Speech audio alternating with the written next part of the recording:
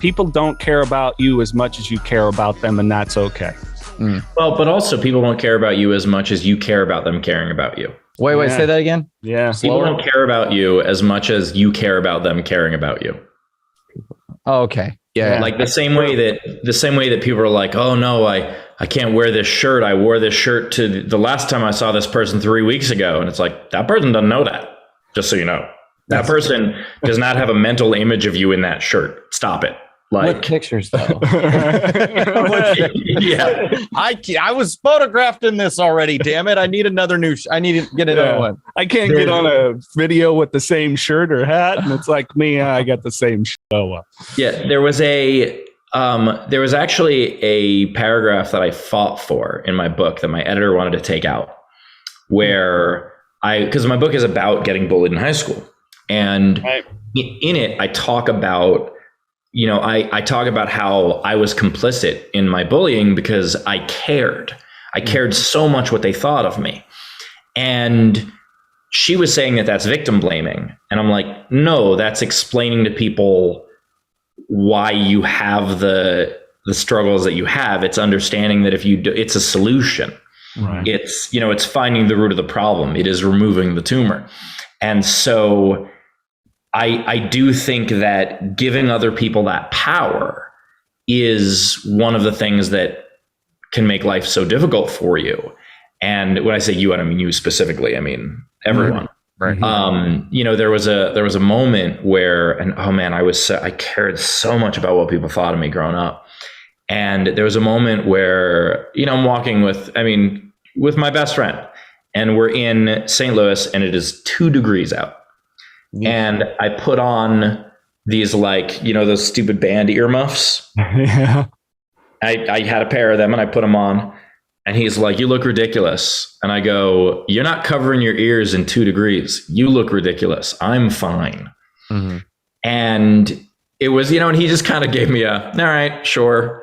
But the confidence of being able to be like, yeah, I don't care. I'm doing this because I want to, is I think very important, and something that it took me a long time to get to. Mm-hmm. And it's something that I think a lot of people, especially younger people, struggle with.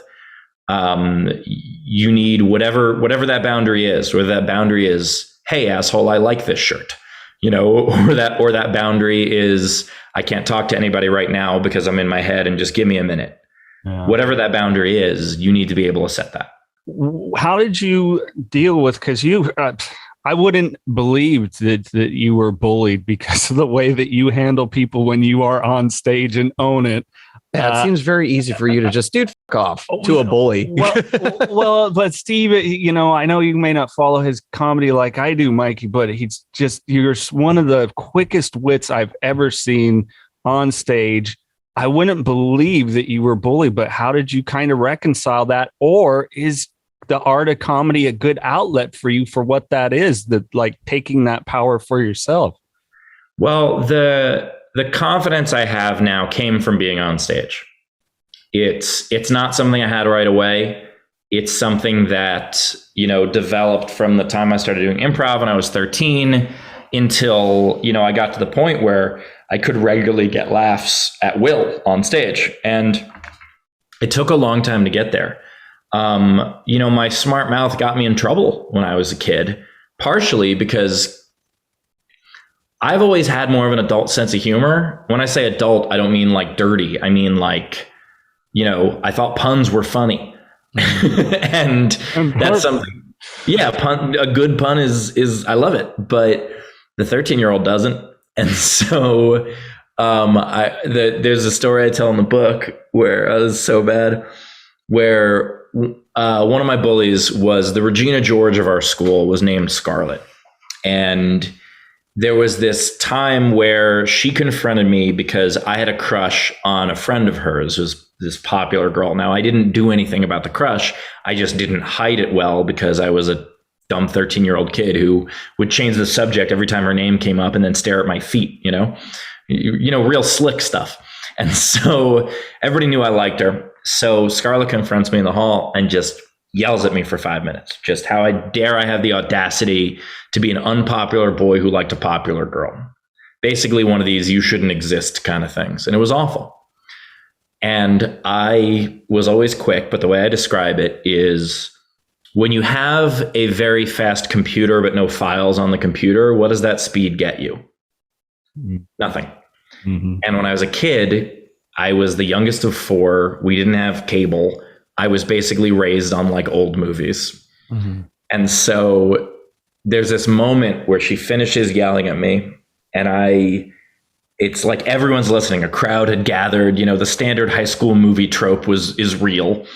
And there, and it's my turn to say something back. And like, here's a moment where the zebra can take down the lion.